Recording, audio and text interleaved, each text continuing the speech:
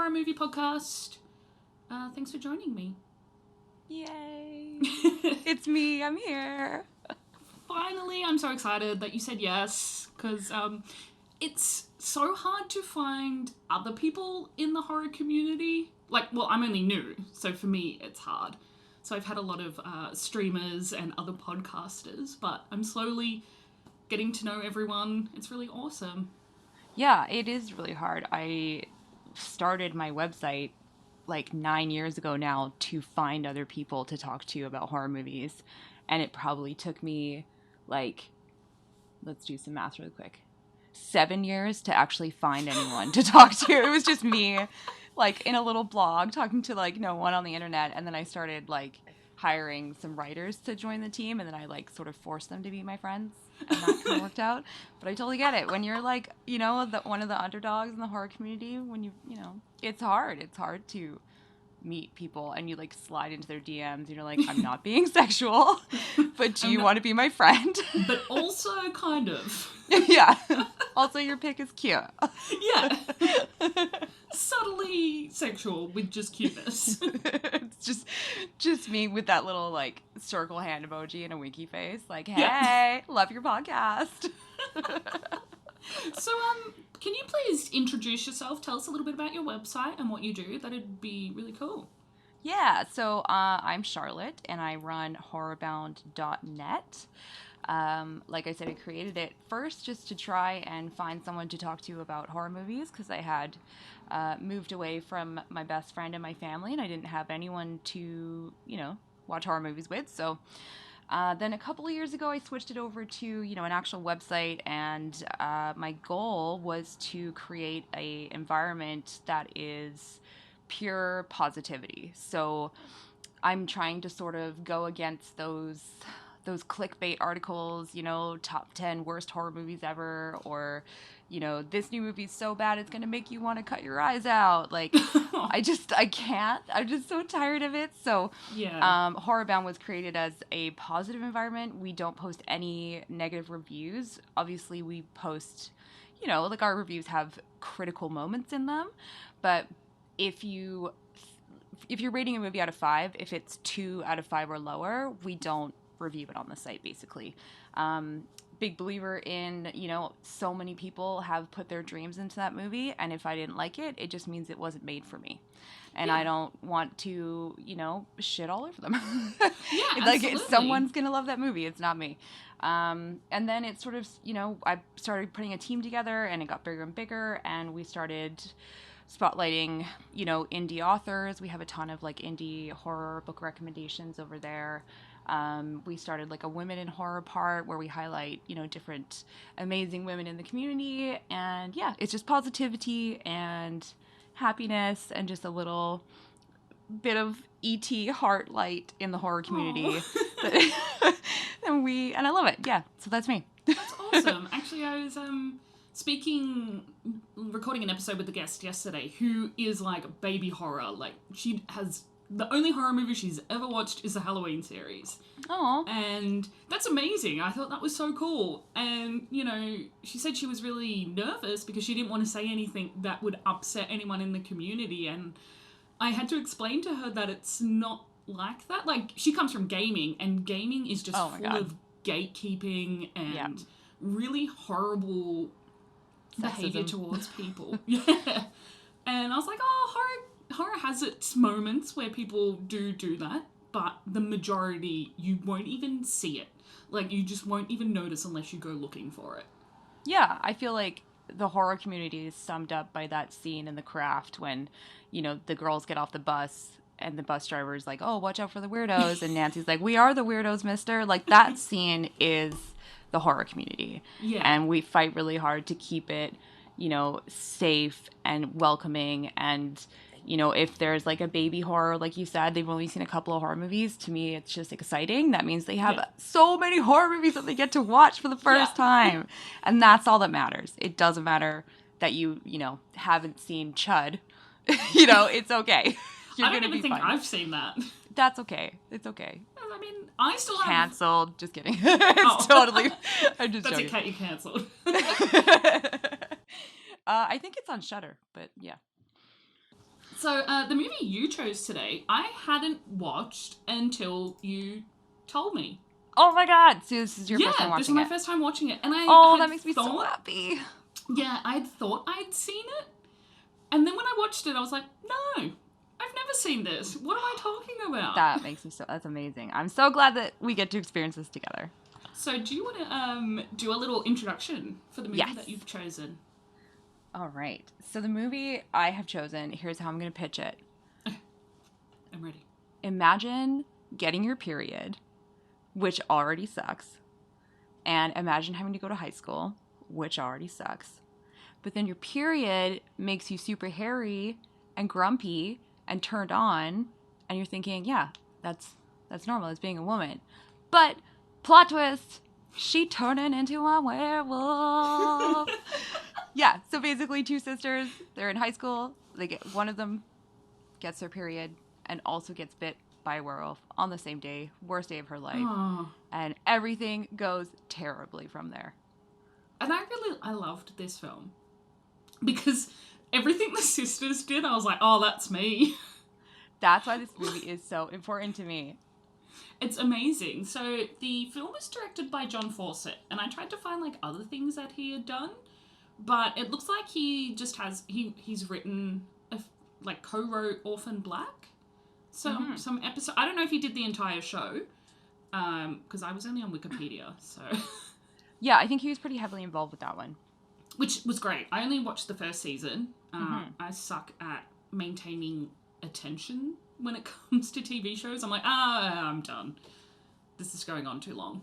Yeah, I'm not a TV person, except for like watching the same sitcom over and over again for my whole life.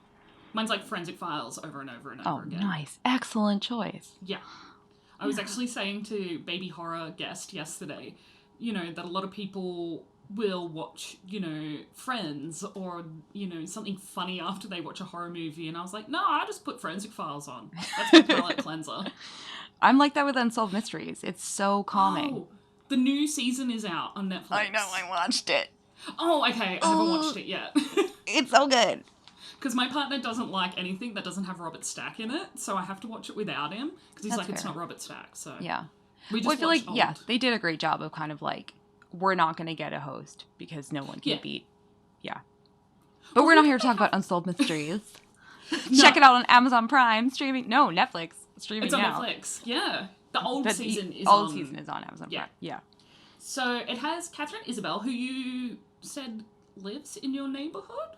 Yeah. Because I live in Vancouver, and this movie was filmed in Toronto.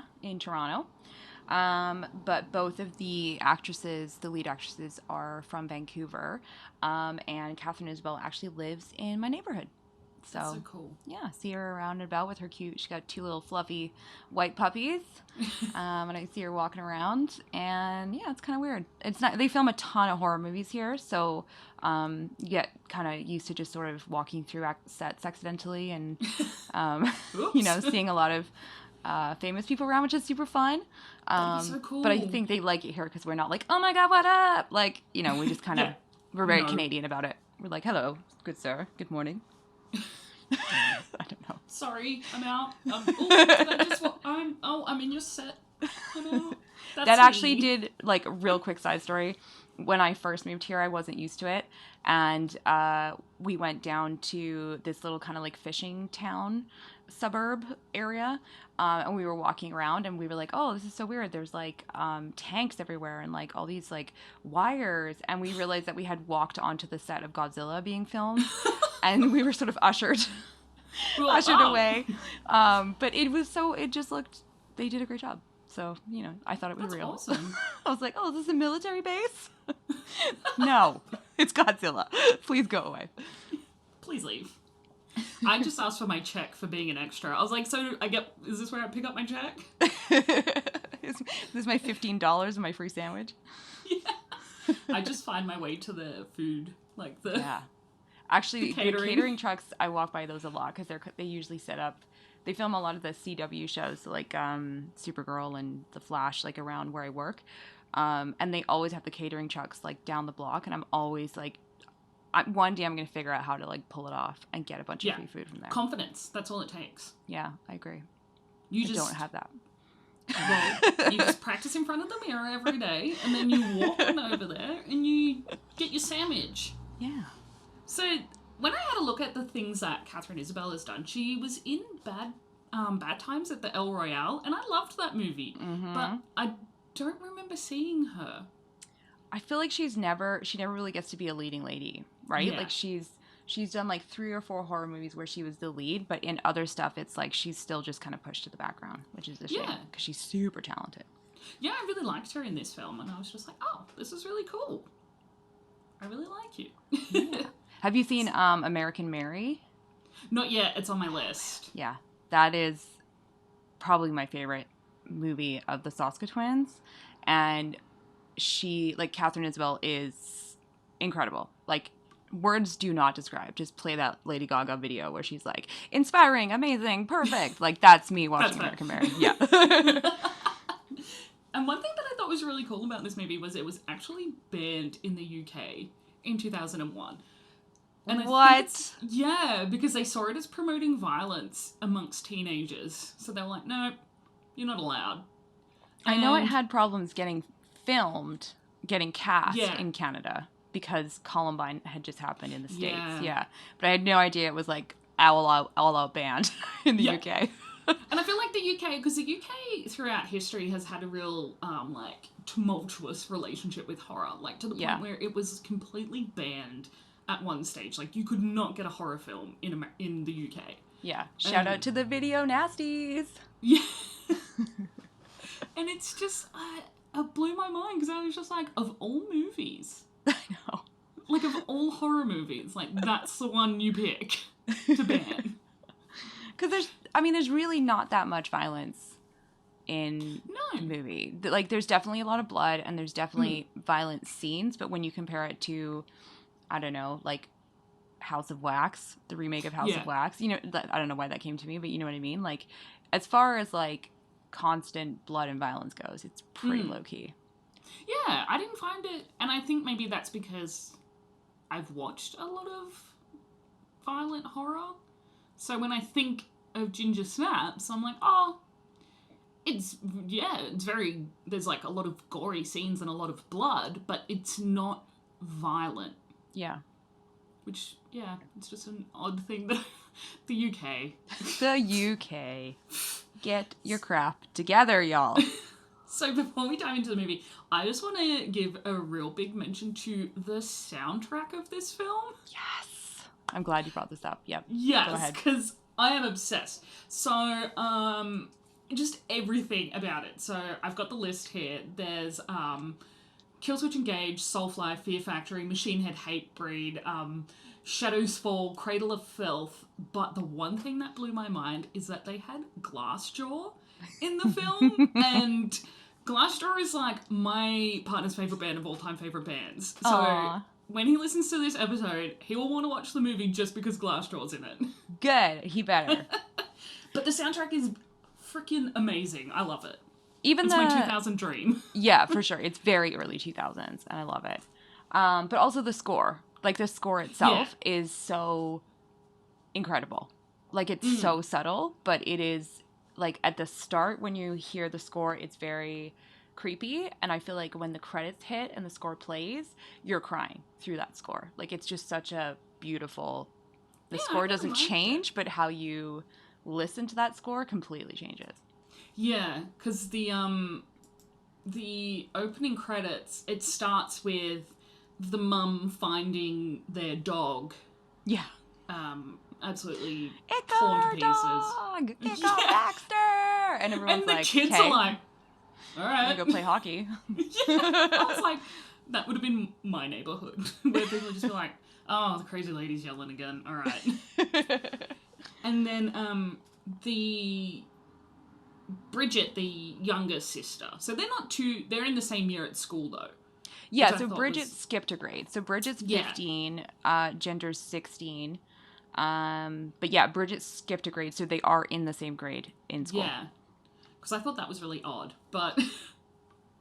And when I first watched this film and she goes down into the basement, I thought that they just had really mean parents that made them live in the basement. I was like, oh, they have to live in the basement?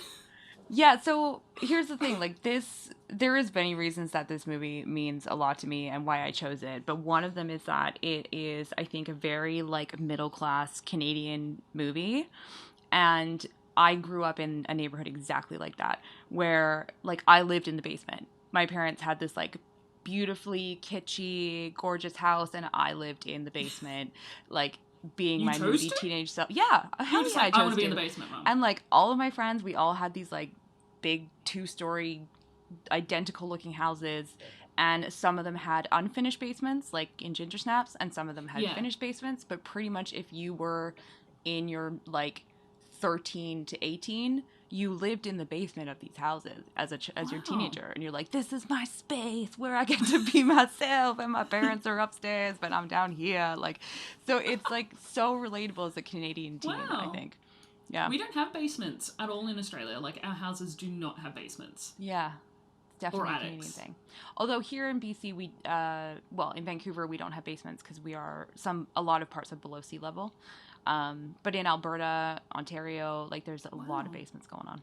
That just blows my mind. Yeah. Because, like, to me, if someone got sent to live in a basement, that's bad.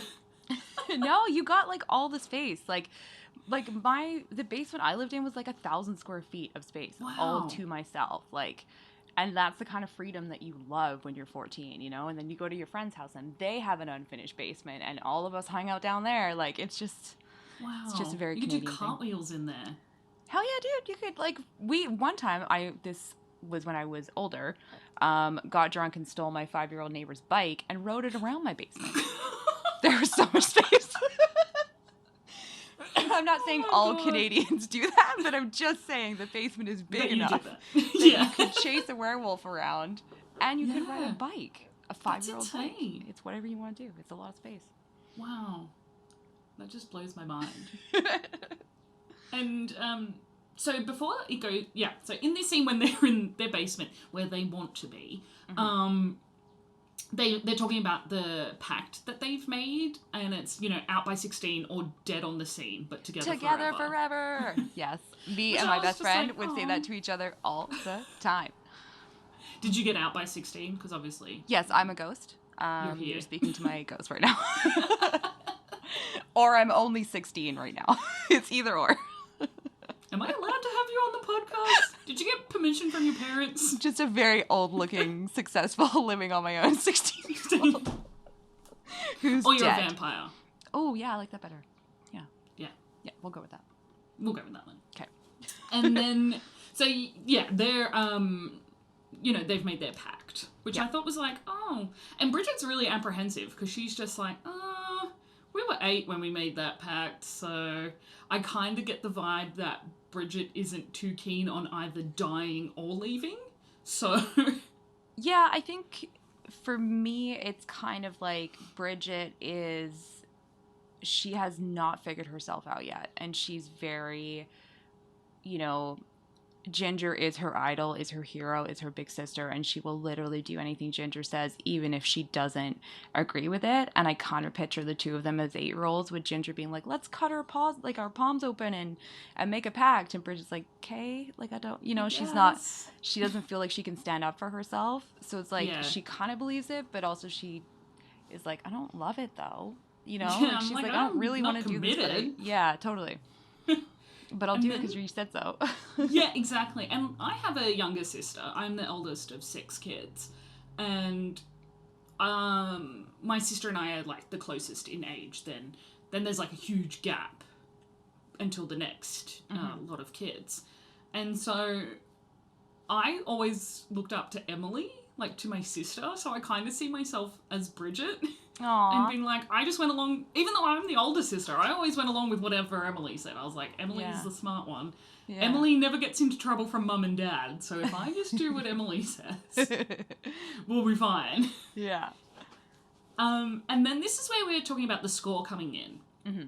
Because they have this like montage of them in all these really grisly death scenes that they're setting up. At first I thought she was actually dead when she was on the white picket fence, and I was like, Right. oh, And then she's already? like, gives you the finger. I was like, okay, oh thank God, I'm not ready for that just yet. And So funny it was story cool. about the death photos. So like, I watched this movie the first time when I was 14. It hit me. I was the right age. It was just everything. My best friend and I decided that we wanted to create these death photos as well. My parents are very much like Pamela, the mom in this movie, very chill, very open, like, oh, honey, here's your fake blood that you asked for. But my best friend's parents were very opposite of that. They were very religious and very conservative. And so I got her in the bathtub. I, like, covered her in blood. We wrote all over the wall. I took all these photos. And then her dad found them. And no. she got put in therapy, and I got banned from the house for a couple of months. You're like, And- it was from a movie. Yeah, and eventually he let me back in, and now it's like a joke. But I just, like, every time I Wow. see that montage, I remember how much it inspired me, and I was like, I want to be like them. This is so cool. And then I just picture, like, my best friend calling me going, yeah, so I have to go to therapy, and you're not allowed to come to the house for a couple weeks. I was like, okay. Meanwhile, my That's parents are, like, printing it totally out and worth it. framing it. Like, are you doing great, sweetie? Like, Mean Girls mom, like... My parents would have been like, because my parents were separated, so they would have had separate reactions. My mum would have just been like, yeah, let's not do that anymore. Because, like, the fake blood stained the entire bathroom, so I don't want to see that again. And my dad, when my dad doesn't like something, he says, oh, that's different. Love And that. so I am literally, like, my arms are covered in tattoos, my legs are getting there. And when I was about, I would have been in my second or third year of uni, so I would have been like 20, 21. I came home with a septum ring. And my dad has never said anything about my tattoos. Never, ever. We went and got our first tattoos together when I Aw. turned 18. And so I came home with a septum ring, and my dad's like, oh, that's very different. I was like, Dad, this literally can come out of my face. Like, I can get rid of this. What? I don't understand. And he's like, well, I just don't understand why you have one. And I was just like, what? Because my dad never ever criticized how I looked. Right. He has never criticized. He will say, oh, that's different because it's different to what he likes or what Right. he's used to. Or it's never like, that looks shit, that looks terrible. Like, never anything negative. And my grandma would be like, you look like a cow. Oh, God. You know, it looks like a bull ring hanging out of your nose. And I was like, well, at least someone's honest with me. You're like, thank you. That was what I was going for. I just love that my tattoos never get commented on, but I come Yeah. home with a nose ring and it's the end of the world with my family. So yeah, everything with my dad. If I had taken photos of death scenes to my dad, he would have been like, that's very different, Catherine. Interesting. Interesting choices are made here. That's how my dad criticizes things. Love it. And I appreciate that. Because Yeah. it's made me into the little weirdo that I am. So. Yeah. But these death scenes are really cool. I know. They I are really think- cool. My favorite one is the one where Bridget is hanging from Yeah. the basement ceiling. And I know that it's a movie, but there is also that part of me that's like, I wonder how they pulled that off, like, if they were in real life teenagers, like, how they would have faked a hanging like that. But that Yeah. photo is just so creepy, her just, like, hanging. There's, like, the sign on her, like, ugh. That one's my favorite, though. Yeah, I liked the pitchfork through her neck. Oh, yeah, that was cool. That was cool. I was just like, whoa, these look so realistic. I love it. Yeah. And so we find out it's actually them showing a slideshow to their class. Yeah, it's a project, Life in Bailey Downs. I And was as like, Ginger oh. says, it's the ultimate fuck you. Yeah. I love it. And it's just so... I would have liked... Like, in my thoughts at school, I would have liked to have done that, but I wouldn't because I was a people pleaser, so... Oh, okay, yeah. But at home, I would have been like, that's a really good idea. And that's what I want to do. I really like that idea. Yep. And so the teacher's basically like, I want to see you out in... Because he's the guidance counselor as Yeah. well. How was great like- is that guy, though, Mr. Wayne? Like, he's like, well, that was, well, that wasn't okay. That, like, he's just, like, he's That was only on screen for, disturbing. like, 5 minutes of the entire movie, and he just is such a glowing angel. Like, I'm like, he's one of my favorite parts. I really liked him. And so then they're out in the field playing... I think they're playing Field hockey, hockey. aren't they? Field Field hockey. Yeah. and they're playing Search and Destroy, which I thought was Guess odd. what? Me and my friends took that on too. Oh no! Yeah, we used to play that in junior high too. Yeah. Oh, I wow. basically was like, we saw this movie at 14 and all of us were like, this is how we are This now. is us. Deal with it. This is my life now. Yeah, that's totally fair. I probably would have as well. Except this movie came out, I was 11. Yeah. So my parents would have been like, no. Yeah, you're not that's a little watching early. this. Yeah. Yeah. That's probably why I completely missed it and didn't see it, because it was just a moment in time kind of movie that became this massive cult classic that everybody loves. Well, ours was like one girl watched it. I don't know where she got it from, but we just started passing the DVD around. You know, we were just like, you gotta see this. And like maybe, 5 or 6 of us, it was just we were passing the DVD around back and forth, back and forth. Anytime we had a sleepover, we watched it. Like it was such a it felt like such a secret cult movie to us even then. Until we all eventually got our own copies of the DVD so we could watch it over and over again. But it did feel very secretive and yeah. When we were kids, DVDs were so expensive. Yeah. And now they're like $10. And it's just like, yeah. Why couldn't you be $10 20 years ago? Yeah, you had to wait for a Blockbuster to close down so you could get movies for cheap. Yeah, I miss when those they sell days. all their stock. So they're playing Search and Destroy, and they're actually talking about Trina Sinclair, about how she would die. How do they're talking about something about her bleached hair, and it's in like an aisle at the hair dye in the supermarket or something like that. But yeah, pill popping, hair dye, cum bucket. That's right. Yeah. Yeah. I was just all those cute things that they call them. Yeah. And one of them actually hears the girls talking about her and tells Trina.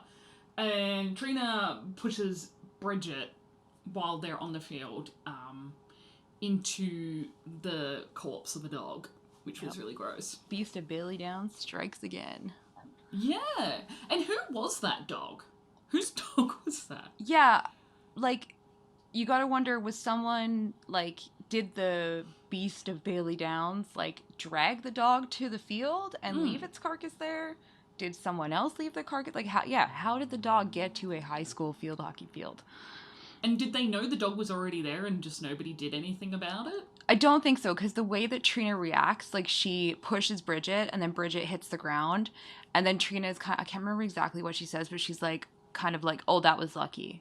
She was stoked that there was also happened to be a dead dog. Yeah. Yeah. Because I was just as if you wouldn't notice that thing there.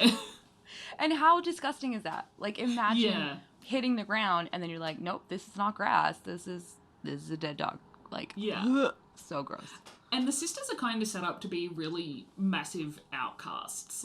The way that they dress, they're smoking, their slideshow in their class. And well, even during the field hockey scene, you can see everyone is wearing the gray school uniform. They're all wearing a gray sweater. They're wearing gray sweatpants. And Bridget and Ginger are off to the side, not wearing their school gym uniform, but wearing their own all black clothing, and they stick out so much from this scene of uniformity of a high school. And I think it's a really great way of showing that hey, by the way, if you haven't figured it out yet, these two are outcasts. Yeah, these are the ones that everyone's picking on. Yeah. And the thing is, I went to a performing arts high school, and so the people who were the art kids who would have dressed like that were kind of weren't treated that way. Right. People wanted to be our friend. Right. I did not have that luxury. It's so weird. I was the emo kid. Right. I was very class clown, and that's probably why people noticed me, but I didn't, and we wore school uniforms here. I don't know if you wear school uniforms in Canada, but... only in private schools. Yeah, all our schools have uniforms here. Yeah. So. I went to a public junior high, public high school, and both of them were awful. Yeah. Yeah. There's a reason I was able to connect very quickly and easily to Bridget and Ginger. I also think, really quickly, during this time, the early 2000s, there was not a lot of movies for people like Bridget and Ginger. Yeah. Whenever you saw yourself in a movie, you were, being picked on or bullied, right? Because the early 2000s was like, you know, Never Been Kissed and 10 Things I Hate About You. And like, Yeah. even though those are like quirky outsider girls, they're not really. They're like beautiful, trim, you know. So when you cannot see yourself on screen ever, and then at school you cannot feel like you're fitting in ever, it's very hard. And then there's a beautiful little movie comes along where the two main characters are what you and your friends look like. It's like just incredible. And now that happens a lot more, which is awesome. But Yeah. early 2000s, we were not blessed with that. Yeah. I It feel was tough like, to to find yourself on screen. Yeah. Yeah. Alternate people. Yeah, Alternate. I don't. There's not a lot of screen time for us, but yeah, I feel like that changes. I obviously in your mainstream movies and your comedies and your rom-coms and yeah. Well, I think a great example of is like the Scream TV show. You know, that group dynamic is so fresh and unique, and there is each main character. They're all close friends, but they're all very different. You know, they're all very different stereotypes, and it's like, you know, it's a lot easier to find yourself in a TV show, especially I think a TV show now, than it was back then. Yeah, I guess I didn't really watch a lot of TV or movies between the ages of like 15 and 18. Mm-hmm. I was just at gigs and Fair. getting called a loser at school for being the emo kid, but that's fine. Yeah. Emo's cool now. Everyone wants to be emo now, and I was like, well, I've done that, been there. Been there, Still done there. that. Let me show you the photos from when I was 12. Oh no. No. I used to dye my hair black a lot, and I'm not doing that ever again. Oh man. I was not allowed to dye my hair black until I turned 18, and I was also an emo child. And it so hard. killed me inside. It was perhaps one of the hardest things I had to deal with. Just let me be emo mom. And then I turned 18, bought a box of black hair dye, and we haven't turned back since. And now I'm 31, and I'm still dyed in black, picking up for all those lost emo years. That's so cool. My grandma let me dye my hair, so I appreciate that. Aww. And then my sister, who is she's very blonde. Well, she was while we were kids. Her hair's brown now. She dyed her hair black as well, and I don't know why she did that. I feel like when you have she's blonde also hair, very though, pale. you can, like, choose whatever color you want to do because you have that sort of like really easy base. Yeah. Like if I had blonde hair, I would like never actually have blonde hair. I'd be like, let's do green, let's do blue. But when you have dark hair, it's like you don't get that luxury. When she started working, she started doing all different colors. That's awesome. So she had she's done like purple and pink and green and that's blue the dream. and bright red, and I was like, oh, I'm so jealous. Yeah. Because I have to like bleach bath my hair. Yeah, if I want exactly, to dye right? it. And it does so much damage. Oh, that's why I'm just brown again. That's it. Keep Well, it there. looks cute. Thanks. My hair's in an afro today. So the girls, as a revenge, decide that they're going to kidnap Trina's dog and like put some blood and guts out and make them think that, you know, the beast of Bailey Downs has come and gotten Trina's dog. Because Trina's got this dog and she takes it to school? Yeah, I've always questioned that part. I'm like, I kind of think of it like when you had show and tell day and you would like be so excited to bring something in, but like Trina never got over it, so she like still brings her dog to school. That's how I deal with that plot hole. Yeah, because I'm just like, there's no way in hell my school would have been like, yeah, that's fine, bring your dog every day. Yeah, just keep your Rottweiler tied up outside all day. It's fine.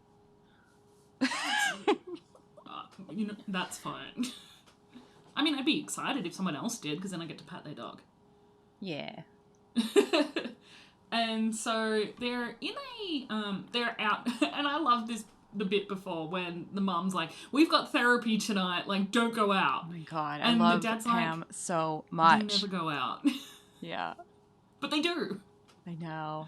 Pam is the number one mom. Obviously, we'll get to that later, but like any scene that has the mom, Pam, in it, she is so amazing. Like, no matter what these girls do or say to her, she's like, okay, I love you. Have a great Yeah. time. Like, Just shows them she's love the no matter most what. supportive, best mom. And she reminds me so much of my mom. And I think that's why I love it so much. Because it's just so on brand. Like, I love it. That's awesome. She is, she reminds me of like Mean Girls with the mum in that. Yeah, How she's the just camcorder. Yeah, that's her. That is Pam. Yeah. So they actually do leave the house, despite the dad thinking they never do. And I think they're in the park, and they find another dog there. Yep. And I love how she's like, all right, pick up the dog. Yeah. And the arm, you can just hear it go. So like, good. Because what's great about this movie is that they only use practical effects. So everything is so visceral and disgusting. And like B like pulls the leg and then she's just like, he's still warm. And Ginger's just like, I don't care. Like, do it. Get it. Let's go. And prior to this, like, Ginger had been talking about how her back is sore, and the mum at the table is like... She's like, is it like your lower back? Is it tight around your waist? And I'm like, oh. Like, she's so excited that Ginger might be getting her period. Like, she's so stoked. Ew. I wasn't living with my mum when I got my first period. I was living with my grandma. And I don't even remember what happened. Like, I think I've just blocked it out. That part. But I remember because my dad lived quite a while away from us, you know, like maybe a 2-hour drive or whatever. And so every second weekend we'd spend the weekend with him. And I remember one time I was like, Dad, I've got to go to the chemist. And he was like, okay, what do you need? And I was like, I need lady things. And he was like, okay, I'll give you the money. If you know what you need, you can go in and get it. And I was like, thank God he's not going to be weird about this. I think like later on there's this great scene where Ginger and Bridget go to buy tampons for the first time. Yeah. And the way it's shot, it makes the shelves look endless. And Bridget looks so tiny as she's trying to pick the right brand. And I feel like that's still me. Like, I'm 31 and I walk into a tampon aisle and I'm like, I don't know. I don't know. There's so many options. Like, and I think that's such a great part of it where it's just like, even your first time, your 50th time, your 150th time. It's still the same. It's confusing. It's... never the same. There's so many tampon brands and I don't know what to do. And why is it so expensive? Oh, don't even get me started on that. Yeah. They should be free. Yes, please. I mean, I get a birth control needle every 3 months, so I haven't had my period for 4 years. And the thought of coming off my needle and getting one, I'm just like, nope, no. That scares me more than, like, getting pregnant. Like, having to go through having another period.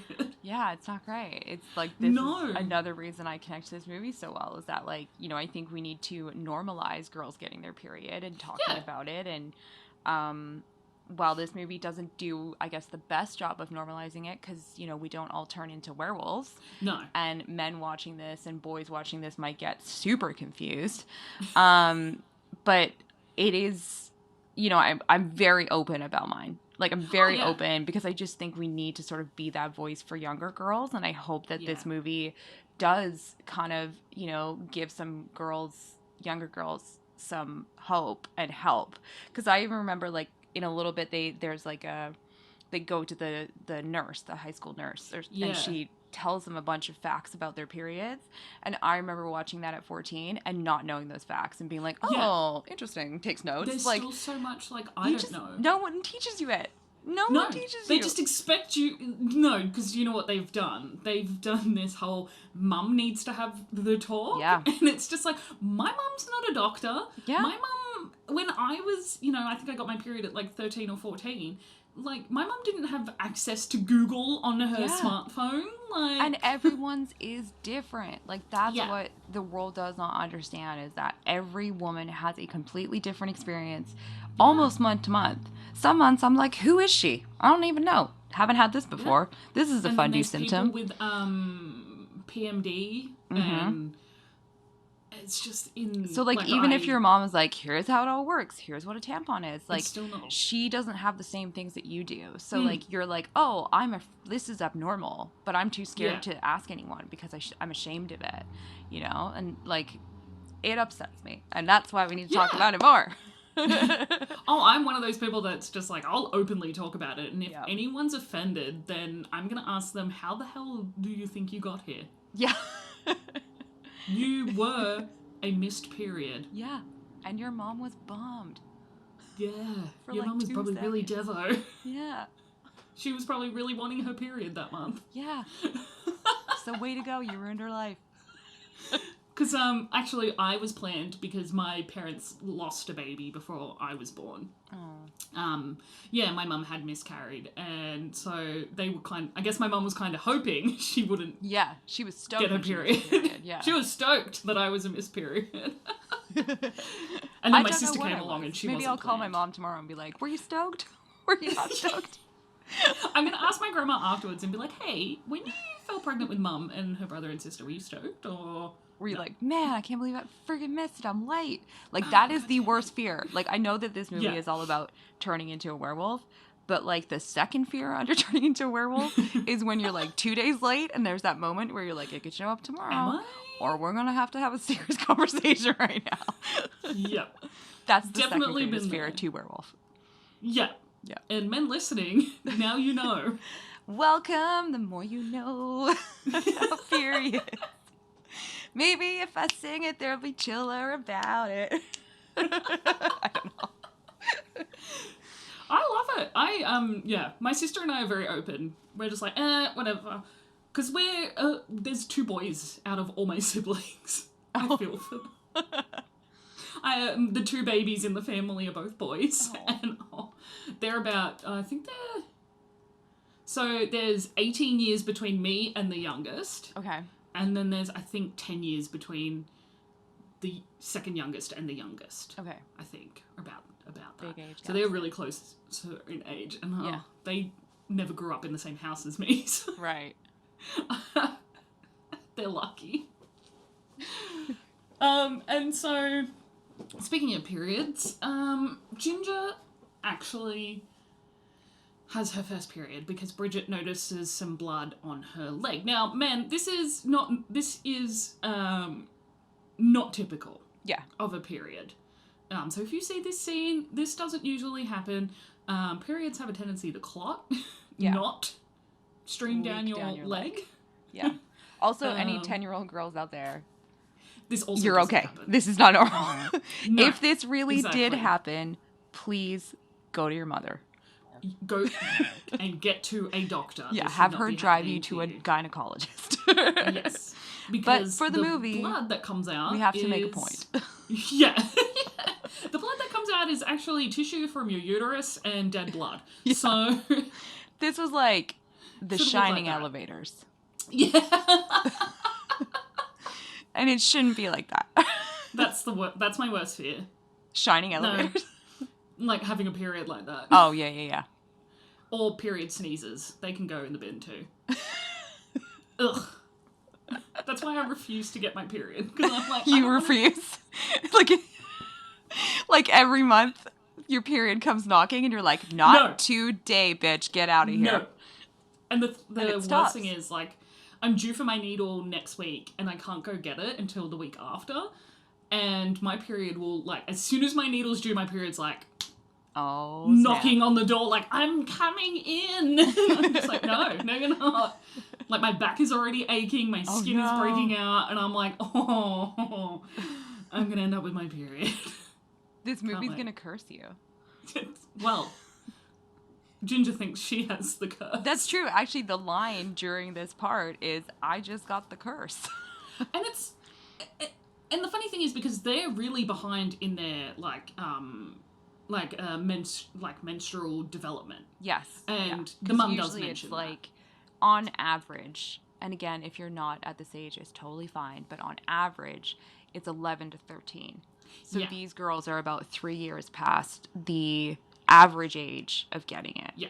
So... And if you haven't gotten it by 15, that is fine. I was closer to 15 I'm pretty sure, I can't, must have been, I don't even know. My sister was 11, so. I was 11. Yeah, I was Yeah. 11. Yeah. My poor little, she was in primary school. Like, Yeah. imagine that. Yeah. Oh. No privacy in primary school either. At least in high school, you've got a little bit more privacy. Yeah, exactly. So they, during this time, the Beast comes and grabs Ginger. Yeah. And we don't see the Beast, do we? In that No. part. Although really quick, right before she gets grabbed, there is like a really quick moment I want to talk about. Is that when Ginger realizes it is happening, she has this great line where she's like, "You kill yourself to be different, and your own body screws you."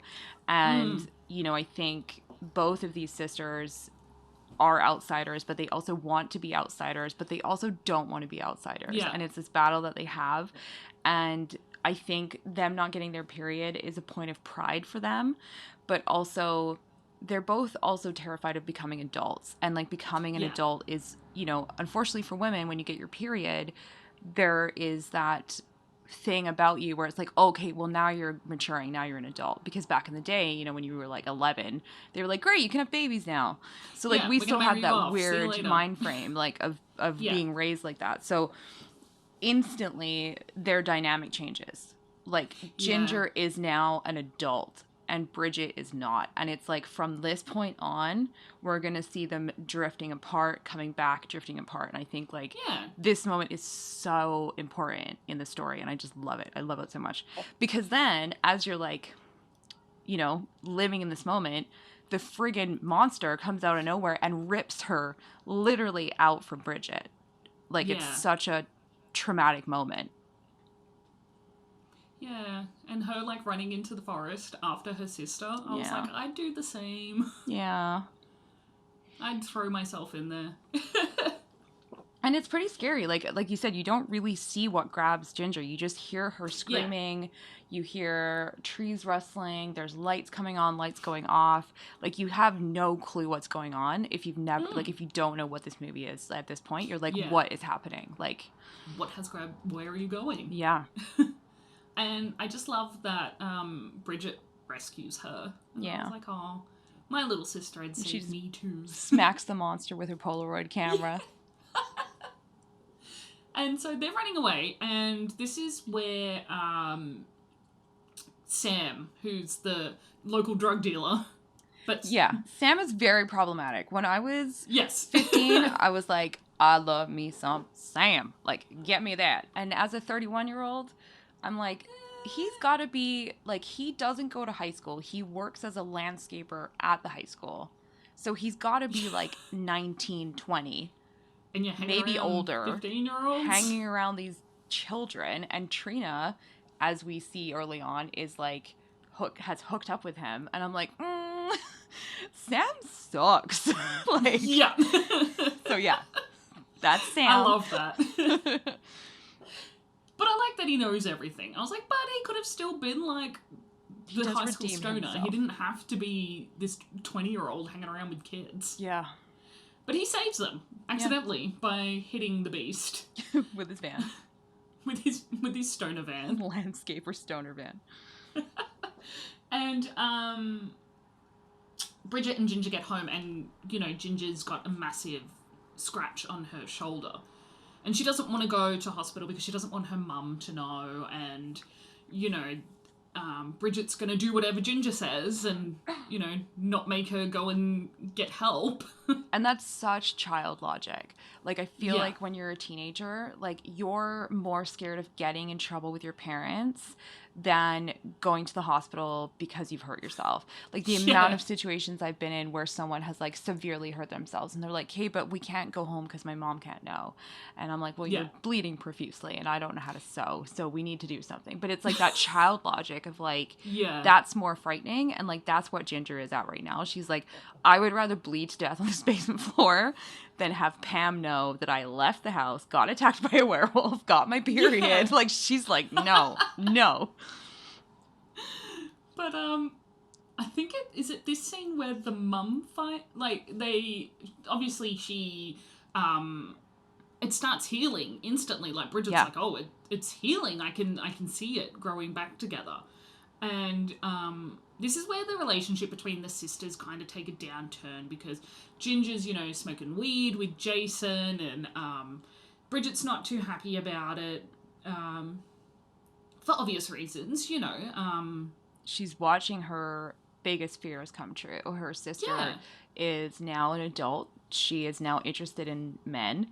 She is now doing drugs. She is not the person that she was 2 days ago. And that is terrifying to Bridget. And she does not know what to do with herself. So she just sort of follows Ginger around in the distance. She doesn't have any friends of her own. So it's really sad. it is sad. I was like, oh, Bridget, I'd be your friend. Yeah. I like your bone pen. Oh, yeah, I was going to bring that up. I totally bought one of those like 2 years ago, and I was like, my dream has come true. I'm officially Bridget. Because I could not find one when I was 16, but I found one. Oh, I think, Cotton On? No. I don't know if Cotton On might be marketed as a different brand overseas. But they have a stationery and giftware store called Typo, and they always have bone pens. So I'm got to to get one now. Yeah, definitely. I'm going to go today and I get do one. have the chicken skull necklace that Bridget and Ginger wear. It's actually just, I know the podcast can't see it, but it's right there on my bookshelf. That's so cool. Right there. I don't wear it because it is actually a real chicken skull, and I'm worried that it would like break, but... Yeah, I definitely have spent the last 15 years of my life slowly bringing things from this movie into my world. That's so cool. I'm gonna get a bone pen. Definitely. But she's actually tracking her sister's period with a flashlight in the dark. Like, I love that. And I was like, that's so childlike as well. Like, trying to be secretive and, like, hiding. But while she's doing that, like, Ginger's out with Jason, losing her virginity. Although, basically, like, I see that, this is a little bit controversial, but I see that as Ginger raping Jason. Because at that point, she has gotten so, like, wolf-like. And you can hear Jason being like, okay, let's slow it down. Like, no. Yeah. And then she jumps on him, bites him. And from there, we hear him screaming and we pull away. Yeah. And, like, I see that as, like, Jason got raped. Like, yeah, because if roles were reversed, that's how it'd be seen. Exactly. And then, now that you mentioned that, because I thought she was going to kill him. Yeah. So that's why I was like, oh. And it's such a cleverly played scene, because as soon as the car scene happens, Bridget hears Ginger come home and finds her vomiting blood and covered in all this stuff. And you think that she's killed Jason because that's the last scene that you saw. And you're like, holy crap. Like, we've gone from 0 to 150. She's killing people now. Yeah. But we find out the next day she's actually killed Norman, their annoying next-door neighbor's dog. He had it coming. I love that scene at the front, though, where the kid's got his hockey stick and Norman's, like, hanging on it.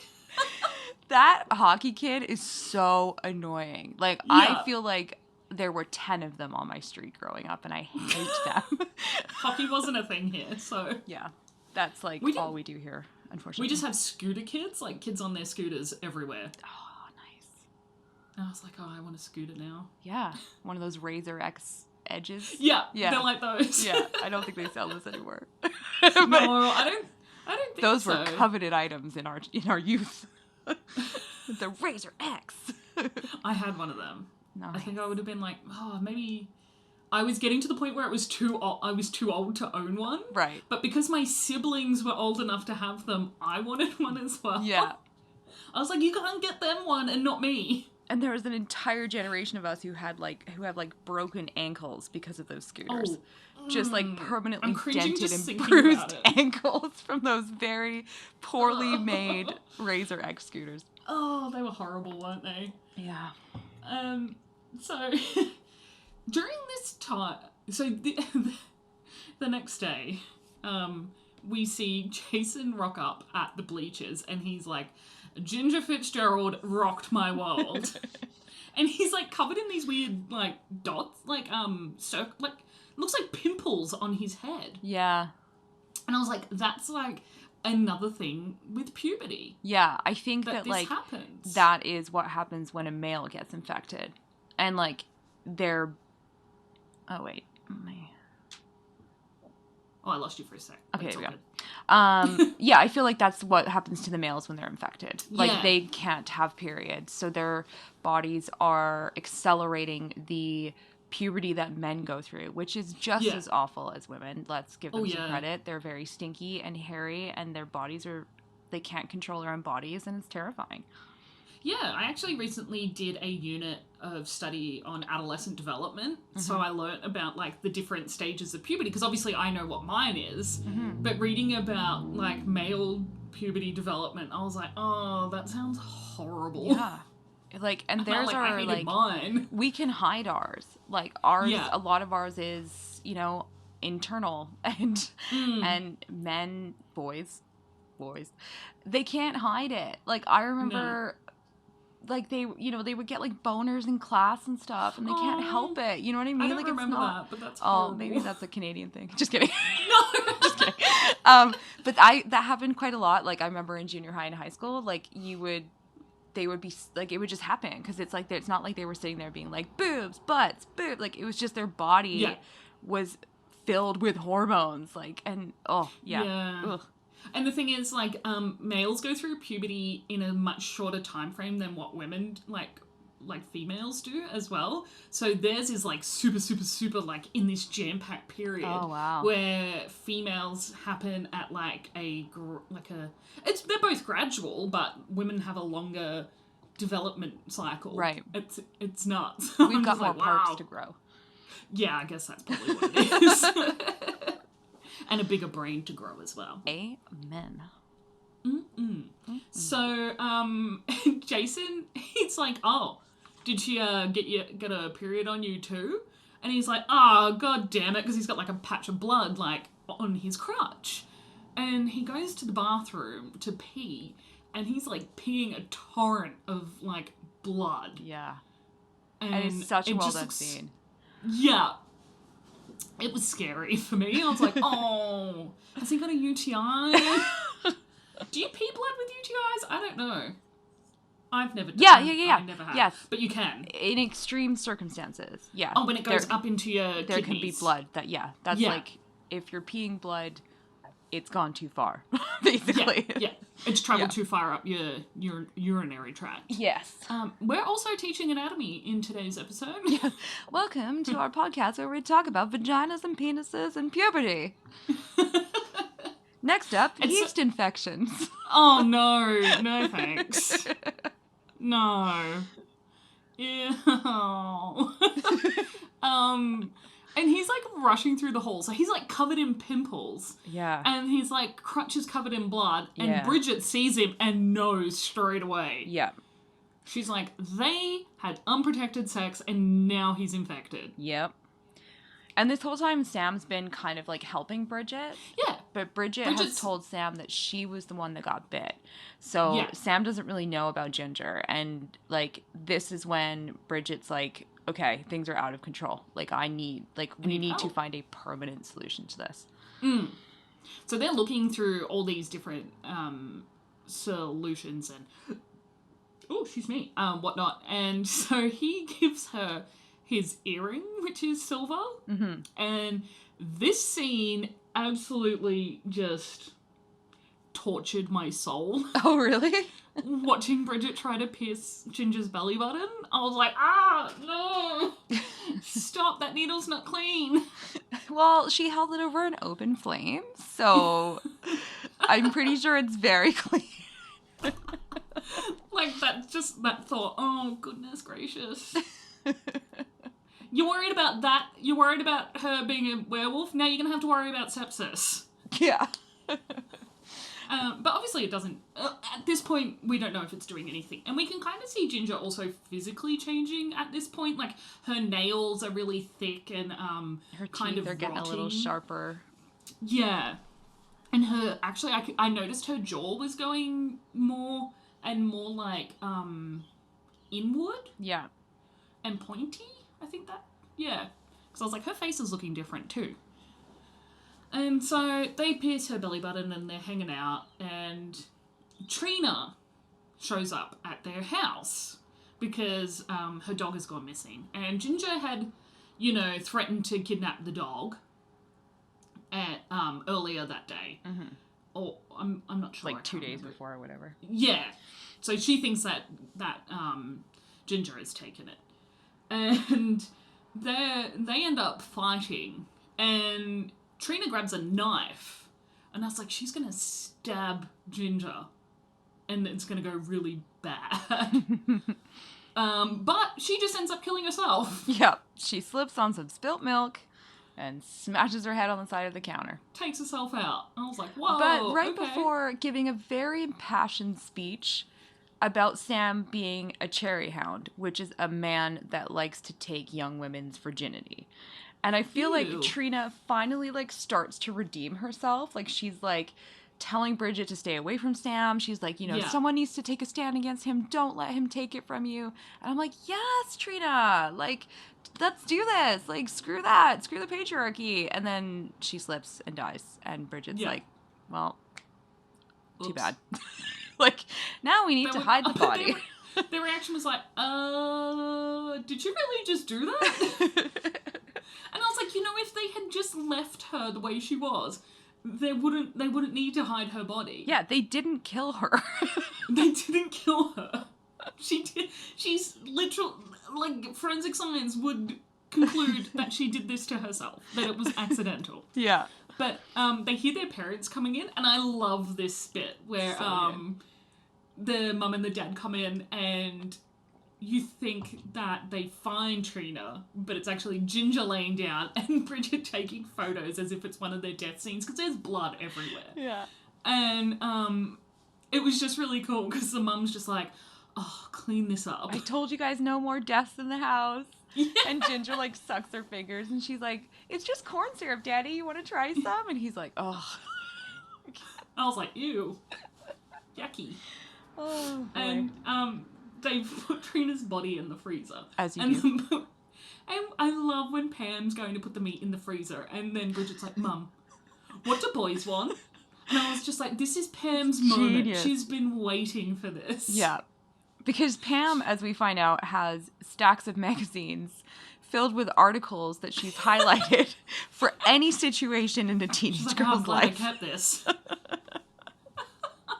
She's brilliant, isn't she? It just reminds me She's so great. much of my mom. My mom has so many magazines with little tabbies, but they're all recipes that she likes. Yeah. But it just reminds me of that sitting in bed, she's got little curlers in and she pulls up her magazine. She's just I love it. I love it. Bless, that's so cool.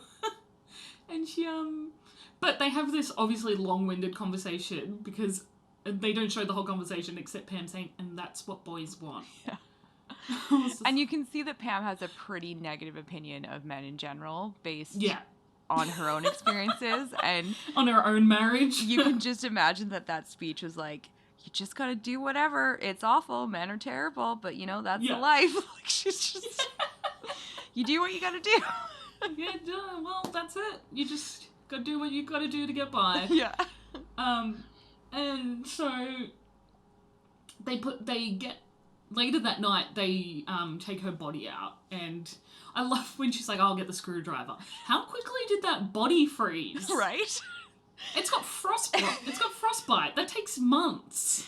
And I love that, because this is in Canada, they could have just put the body outside and it would have frozen faster than if you put it in a freezer. So, I'm just saying. In Canada, when your alcohol is warm, you just put the beer cans outside the door for 10 minutes, and then it's they were in the freezer. That's so cool. So, it just cracks me up. They're let's just put the body in the freezer, and then it's like you said, it's freezer burn. And you're like, how does that... Is this freezer outside? What is happening? And I love that Bridget, the first stab, she's like, oh.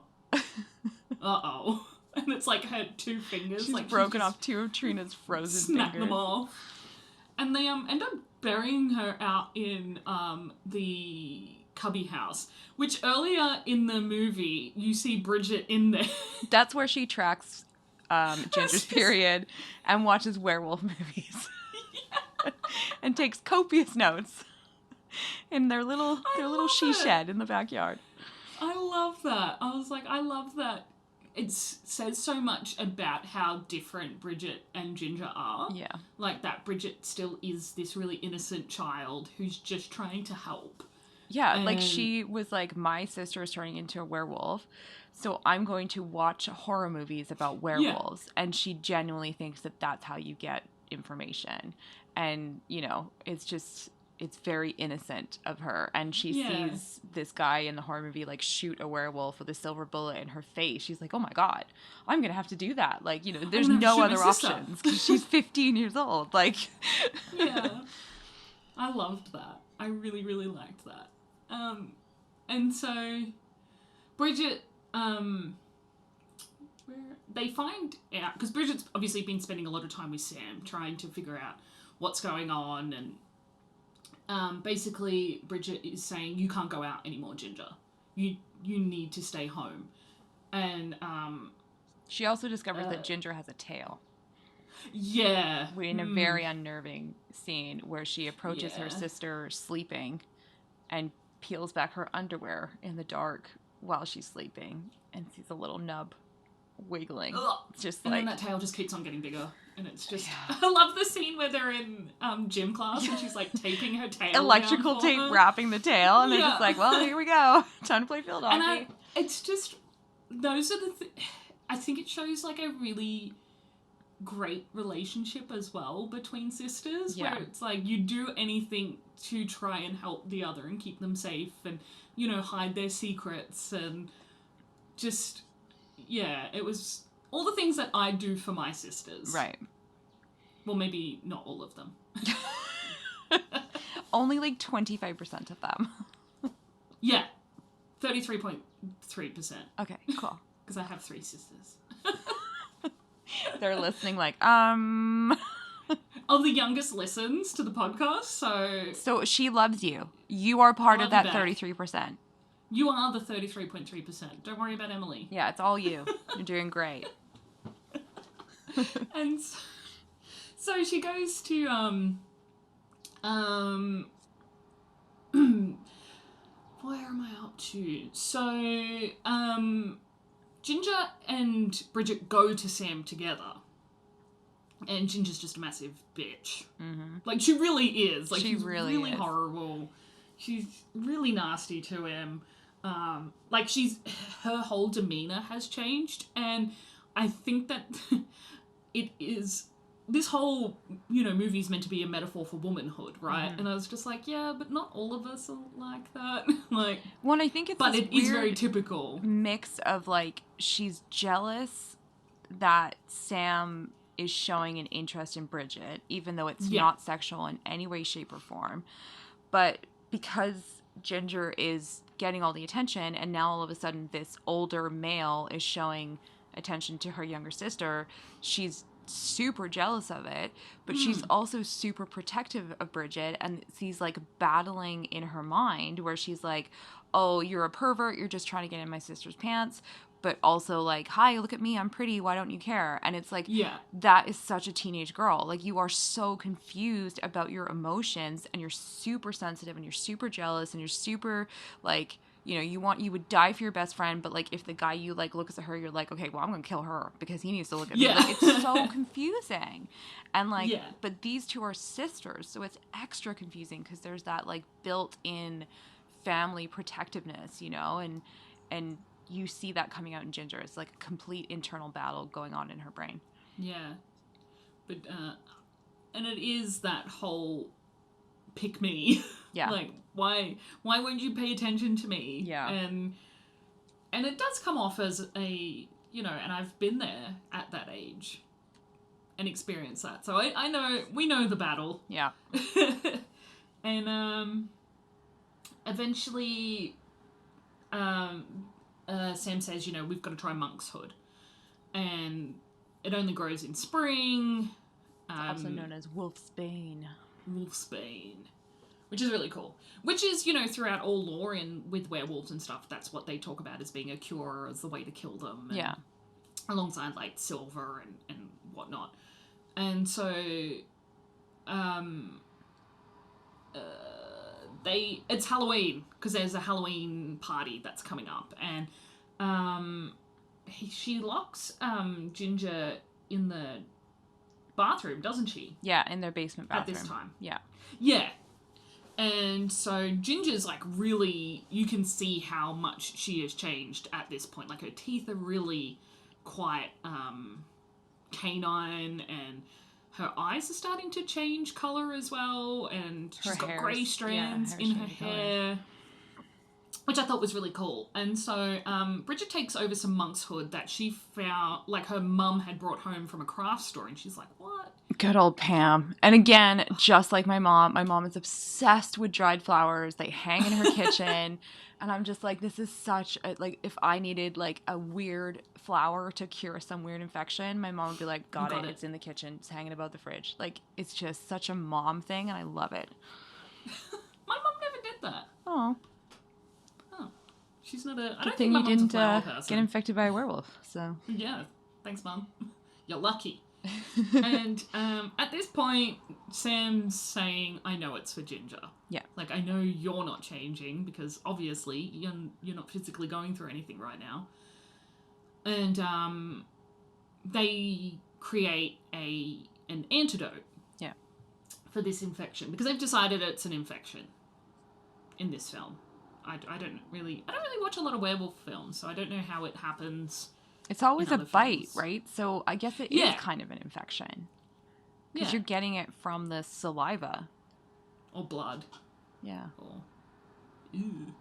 And so they create this really cool purple-looking antidote. I really liked that. Yeah. And so Bridget's trying to find Ginger, and she runs into Jason. And he, is very overly sexual because of all the hormones and his puberty or whatever his infection is sending him through. And he attacks Bridget, which was really sad. Yeah. Because she looks so sad and scared. And she stabs him with the cure, and it works. And he's like, I've got a class to get to. And the syringe is still sticking out his neck. He's like, oh, hey, Bridget, what's up? I'm just going to go over here. And you're just like, you just tried to kill a child and then kill Bridget. Like, yeah, you were trying to steal that kid's candy. What the hell? And so Ginger gets to school, and... Iconic scene. When Ginger walks through the school doors, full, like, I guess, like, half werewolf, half woman... Like, hair is all gray and white. She looks flawless. And it's just like, boom, boom, boom, boom. And everyone's watching her. Oh, man. I'm like, play that on my tombstone. That is, like, my favorite scene. Ginger just like a projector. Yes. Ginger's just, like, full confident. She's got her. She's, like, accepted that this is happening. And she's like, I kind of like it. I'm going to go with it. Let's do it. And, Bridget also gets to school, but Ginger has to go... I can't remember what happens, but Ginger gets sent to the guidance office. Because Ginger shows her boobs to Jason's That's friends. Right. And good old Mr. Wayne from the beginning of the movie, our guidance counselor, watches her do this and then says, like, Ginger, what the fuck? Get in my office right now. And she's like, okay. And just pulls her shirt down, follows him in. I couldn't have thought that out. Oh my gosh. Classic Ginger. And so Bridget comes to school, and she gets called to the guidance counselor's office. But when she gets there, Ginger, like, yanks her into the room, and there's, like, blood everywhere, and Mr. Wayne's dead. Face down on the desk, on his desk. Which is really sad. I wish he had been around for a little bit longer. Yeah. It was fun. And, I'm trying to remember what happens here. But Bridget ends up being... So, like, Ginger leaves. She kills Mr. Wayne because, again, teenage logic. She's like, he was going to call Pam. Like, he was going to call her mom. Yeah. So I had no option, and I killed him. And then Bridget's like, okay, well, we need to clean this up. So they wait until school ends. Bridget goes into the hallway, finds the janitor's cart. And the janitor has made, like, cute little appearances throughout this whole movie. He's just, like, this sweet little janitor man. And when she brings the cart back, to the guidance office, she finds the cute little janitor has been also attacked by Ginger. That's so sad. I Because she liked him. doesn't like the way that he was looking at Bridget. And again, we Yeah. come full circle. Ginger is battling these thoughts, and now she is acting on them. And Bridget is like, this is really bad. Like, we have gone too far now. You can't do this. Yeah. You can't do these things. And so the janitor's crawling up the hallway when Bridget comes back, and I was like, oh, she must be so sad because he saved her. He did Like, save her. Because at one point, Jason, like, before he attacks that child, he shoves Bridget into a closet. And it's, like, super intimidating. And he's like, you need to help me. Like, I know that this is, you know, Ginger's doing. And the janitor saves Bridget from what could have been was probably already a scary situation. But we don't know where it could have gone because it's Jason turning into, you know, this werewolf. Yeah. It was really, that was very unnerving. And then I was like, oh, thank God that janitor showed up. And it's during this scene where the sisters' like relationship really hits like an exploding point, because, you know, Ginger's saying to her, I said I'd die for you, and Bridget's like, no, you said you'd die with me because you have nothing better to do. Yeah. And I was like, oh. And Bridget's like, I This is how would Ginger's rather treated be her. dead than be what you are. Because Ginger's like, join me. Like, let's do this together. We've always been in this together. Let me infect you. And Bridget's like, that's a hard no from me. Yeah. Because, and, you know, this is like another part where Ginger's battling who she's becoming, because she says, you know, do you think I want to go back to being nobody? Yeah, and that's a huge, powerful line, because Bridget and Ginger were thriving off of being nobody. They were working hard to be nobody. And I think Bridget has never wanted to be popular. I think she truly likes being an outsider, whereas Ginger probably has always secretly yearned to be like Trina. And this is where she admits to it, where she's like, I am somebody now. Boys are paying attention to me. I'm bullying people. I'm pushing people around. People fear me. And Bridget quickly realizes that she definitely wouldn't want that. And that her and Ginger are very different than she originally thought that they were. Yeah. And that's like a real turning point for what I thought, because, you know, there's a few scenes where Pam says to her, you know, be your own person. Like, you're not joined at the wrist. You can do something on your own. Yeah, like in one of the beginning scenes, like, Ginger, you know, snaps at her mom, and Pam is like, you know, go to your room, and Bridget follows her, and Pam's like, you don't need to go to your room, like, you're not in trouble. But it's Bridget's instinct to follow Ginger wherever she goes. Even though she is not in trouble, she goes to her room with Ginger. So the story, like, with this whole movie, it's very much a part of each of them finding who they are. Yeah. It's kind of really cool, because obviously in the end it's not that cool. No. And so they end up, I think Ginger takes off. Yeah, Ginger goes to head to the Halloween party, and... Yeah. And while this is going on, Pam finds Yes. Trina's fingers in the backyard. But, well, technically the dad finds it. Henry finds it, and then Pam's like, oh, don't worry, these were just props from their death photos. But when she gets a better look, she's like, oh no, these are real fingers. And she puts them in a little Tupperware container. Yeah, and then she gets in her minivan, and she's like, I'm gonna go find these girls. And it's so amazing. Even though, you know, it's quite a haunting fact that your kids have killed someone and buried them in your backyard. And she's just like, gotta go sort these girls out. Yeah. Gotta go figure something out. And she finds Bridget. And she's like, you know, I know you've done something bad, and, like, hands the Tupperware container to Bridget, and Bridget's like, oh, shit. Yeah. And she doesn't get into trouble. And they have quite a strange conversation. Yeah, this is also a super important scene, I think, because, you know, Pam has come to accept that her girls somehow killed Trina. She doesn't know the true story, but, and her instinct is, she's going to find her girls. She's going to, as she says, I'm going to burn down the house and we're going to leave. And I'm going to keep you safe. And yeah, they're like, what about dad? And she's like, he'll just blame me. They're all going to blame me because that's what happens, right? Like when Yeah. teenagers do terrible things, the parents do get blamed for it a lot of times, especially with the, Columbine shootings, to bring that up again. Those parents were put Yeah. under microscopes and blamed for their child's behavior. And, it's not always the fault of the parent. And like we can see that very clearly here. Pamela raised these children with anything that they need. That house is big, it's beautiful. They clearly are middle class, wealthy. She supports them in everything they do. They're wearing frigging skulls around their neck, and she's like, well, here's some cake because you got your period, I love you. Like but she would Yeah. get blamed, and her husband would blame her. And so she's like, screw this, I'm gonna take my girls and we're gonna leave. And I think We're getting out of here. Bridget sees that, and I think she takes some confidence from it. Like for the first time, I think she actually sees her mom as a strong female in her life and is like, I'm going to do what she's going to do. I'm going to save Yeah. my mom by not bringing her, but I'm going to take that idea and I'm going to take Ginger and get out of here. I think it's really, Yeah. I love that minivan scene, and I love that it's in a minivan. Yeah. Very typical middle class mum thing to do. Yeah. Have a D&M with your kid in a minivan. Yep.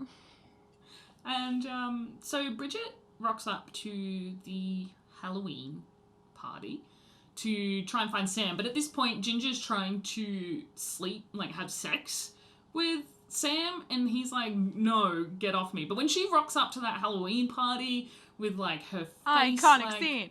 It was so cool. Her hair. Yeah. I loved it. Because everyone's like, awesome costume. And I'm like, yeah, and she's like, her eyebrows are gone, her nose is more wolf-like. You can actually see like the nipples, the wolf female nipples on her stomach. Like she's like 90% transformed at this point. And then when she like rocks up into Sam's little staff-only room, which is just really his hydroponic setup for all his illegal drug activity. Protected by a door that says staff only. Defo. So the cops won't go in there. They're like, oh, gotta respect the door sign there. Yeah, and I was actually really worried that Bridget would rock up and see that whole scene, like, unfolding. And I was just like, oh, Bridget's gonna get hurt because Sam's her friend. And Ginger's obviously only doing this to hurt Bridget. But I feel like at that point, Bridget would know that. I think that if Bridget had walked in when they were like, when Ginger was like straddling him and kissing him, I think that at this point in this story, Bridget would be like, this is Ginger, not Sam. Like, my friend is being attacked by my sister, so I'm gonna save him. Yeah. But I'm glad she didn't see it. Yeah. She's got a lot on her plate right now. Yeah, she doesn't need that. And this is where, where she like snaps his arm. Ugh. I can't stand bones breaking. Oh, okay, yeah. I cannot stand that sound. But they make a new pact to basically be werewolves together and be in this together and escape together. And so Bridget cuts her arm, like her hand open, and Ginger's hand open, and shares their blood and, infects herself. So they're running away, and Sam sneaks up and absolutely smashes Ginger's head in with a shovel. Yeah. Well, not in, but knocks her upside the head. Yeah, I was like, oh, ouch. And so they chuck her in the back of the van, and they have to go back to the house because that's where the cure is, where the wolf's bane is. And so they're driving along, and obviously Ginger's changing, she's transforming into this wolf, and that scene was really cool. So good. It's just like, you don't watch it happen like in American Werewolf in London. I mean, that's what everyone uses as like the key transformation scene for werewolves. It's not like that. It's not tons of light.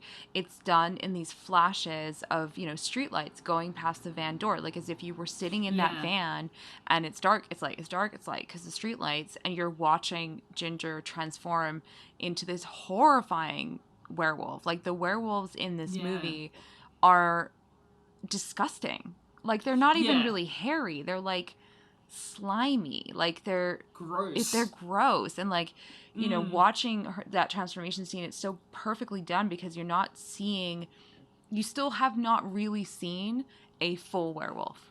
Even Yeah. after this moment, you still don't actually know how big it is, what it looks like. You're just seeing these like horrific flashes, and your imagination is building the rest of it at this point.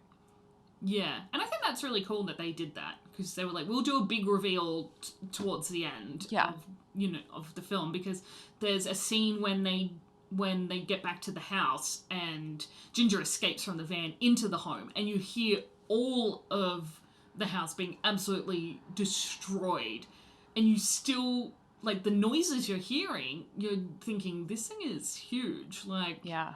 And like I remember when I was, you know, 14, 15 watching this, I hadn't gotten over my, you know, I was still scared of horror, and that was horrifying. Like those scenes where, Yeah. you know, Bridget and Sam, they lock themselves in a pantry to brew some more monk's hood. Like you're hearing this werewolf bash around this house, and like Bridget goes out, and you know she's trying to like sneak through the house, and like that was terrifying to watch for the first time, because you just don't know where the wolf is going to leap out from, and it's like this creepy old unfinished basement, and those are scary. Like I remember like my best friend Yeah. had an unfinished basement, and like I didn't like to sleep down there because at night, all those like gaps in the walls and the unmade stairs, Ugh. you're like, there's so many places for people to hide. Yeah. So like it just, that was like such a visceral fear for me, those scenes. Yeah, totally understandable. I really enjoyed it because I was really like, oh no, it's gonna happen now. It's Yep. gonna happen now. And you know, everyone who doesn't like horror will say to me, why do you watch horror movies? And I was like, I like to be scared. Like, I like the feeling of being scared. It's not a bad feeling. No, it's It's fun. okay It's exciting. to enjoy it. It's fun, exactly. And, you know, yeah, maybe my adrenal gland will get screwed up eventually from watching too many horror movies, but I'll be fine. That's where I'm at in my life. Yeah. I think it takes I can't even remember the last movie that like genuinely. Oh no, you know what? It was Hereditary. It was the last 20 minutes of Yeah. Hereditary. Yeah. Take it back. that That was movie pretty just- recent. But other than That that, it's movie been a just while. was like, I still I think love about that movie. Still think about those. Sometimes when I lay down at night and I look up in the corner of the room, I'm like, okay, it's fine. Toni Collette is not up there. It's fine. Like, so yeah. Welcome to part 2, Hereditary. Just kidding. Back to Ginger Snaps. So they're in the basement, and they've made, you know, the cure and whatnot. So obviously Bridget's trying to get to Ginger, and they Who has get taken Sam?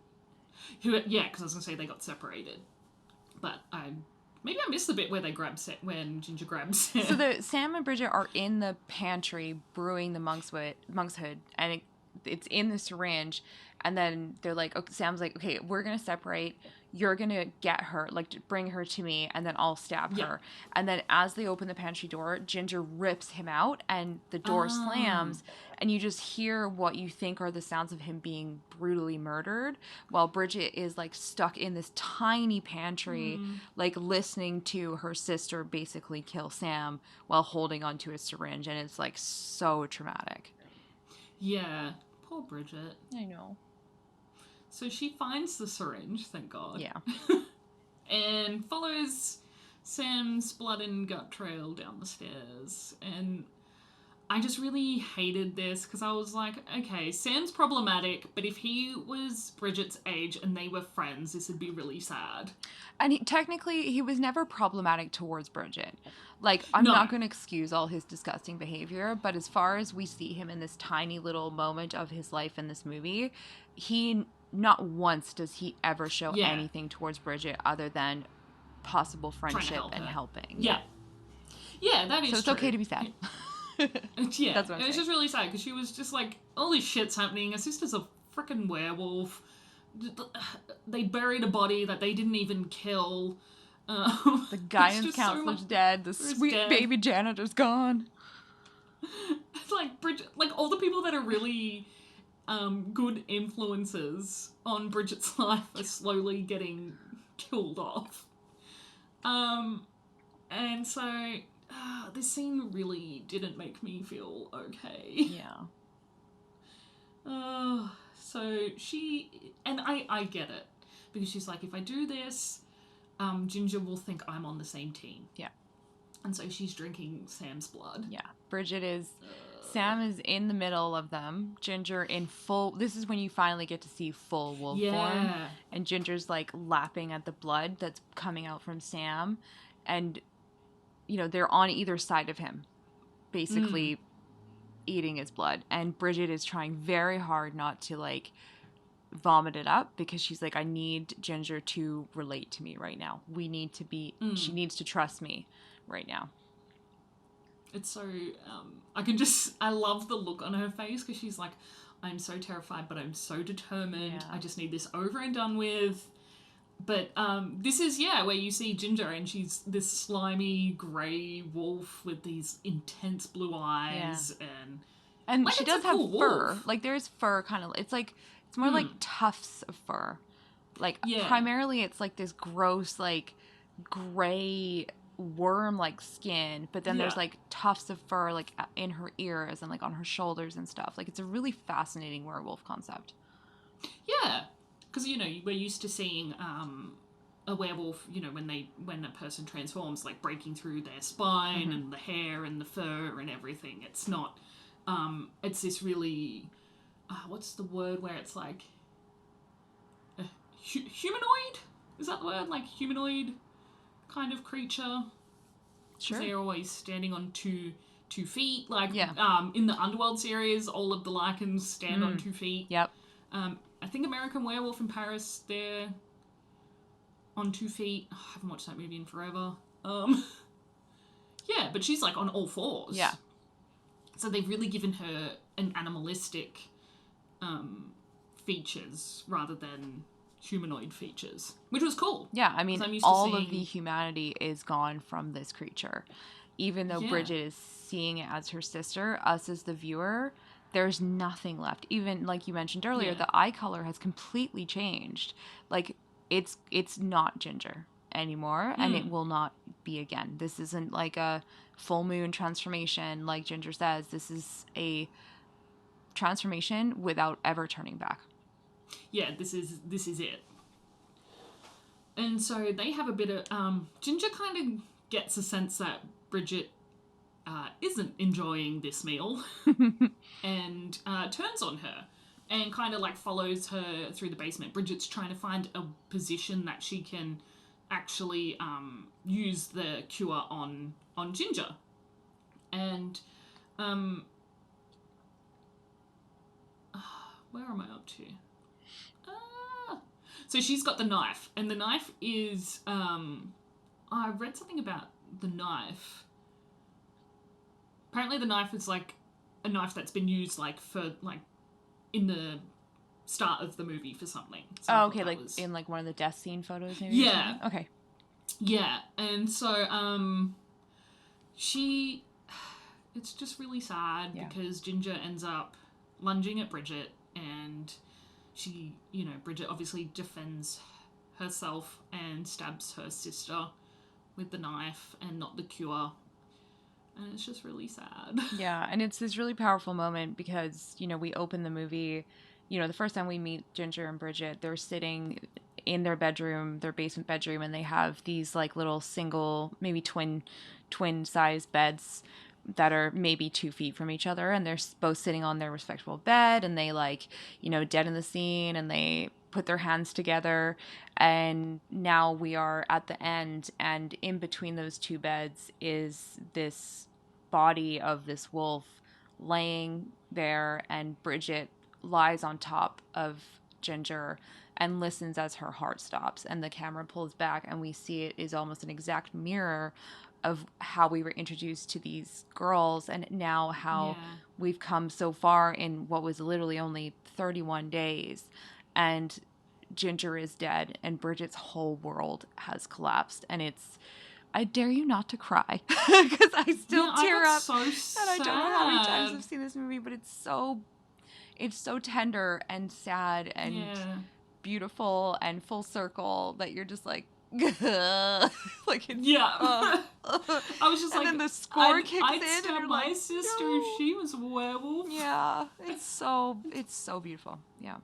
Yeah, and you don't expect that in a werewolf film, you know, and it as a, you know, a almost a personification of womanhood, you know, characterization and whatnot. It's just the relationships and yeah, how things do change when you not that they change like mentally or anything, but the expectation for you to change is there. That you've got this new role to fill. Yeah. And you know, there's you know what you're talking about earlier where, you know, Bridget finally realizes that Ginger's pact with her was more out of boredom than anything. She didn't really mean it. And, you know, before she stabs Ginger at the end, you know, when she's trying to hide and fight her way back, you know, she says, I'm not dying in this room with you. And I think that's so powerful because it's Bridget realizing that no, like this pact means nothing. I am my own person and I will not die in this bedroom like we planned. Like you are going out at 16.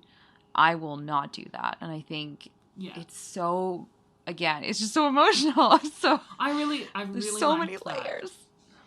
It was really powerful, and Bridget's just, I really like how, yeah, this story is about Ginger's transformation, but it's also about Bridget's, and Bridget's coming of age as well, in a sense. Like, she became her own person and realized that she's an individual and not attached to whatever Ginger says she has to do or has to be or, you know, has to say even. Yeah, and I think at that age, I mean, there's so many great movies now about that age. You know, Jennifer's Body being another great example of, you know, female friendship at that age is like nothing you will ever experience in your life. Like your best friend when you are 14 is almost a more powerful love, I think, than even your spouse when you're older.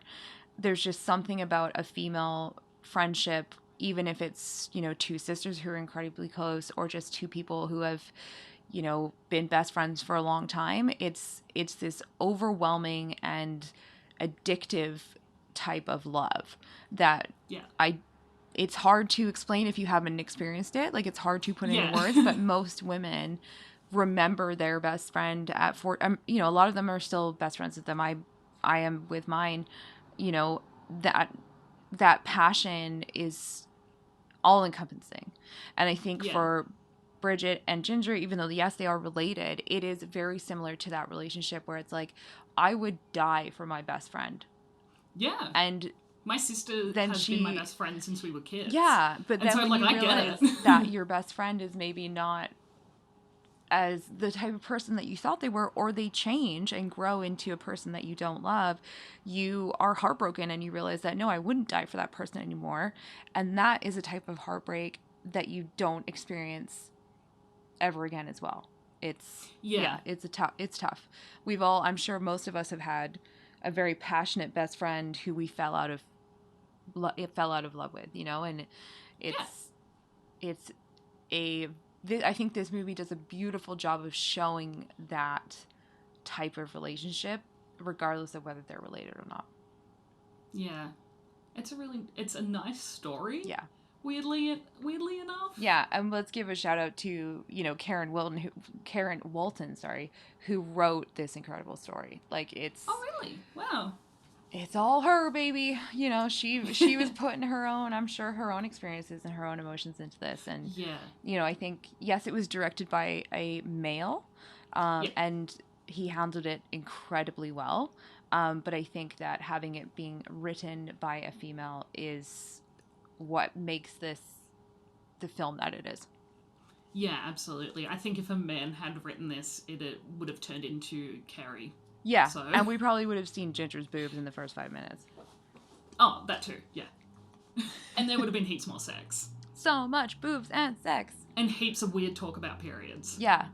And the period blood would be blue about because men don't understand. Yeah. They think that period blood is blue because of commercials. Oh, really? Because in commercials, they always use the blue liquid. They use the ink. Yeah. Yeah. To Oh, symbolize God. how much That's so dumb. things absorb. And a lot of like young men think that that is what it is.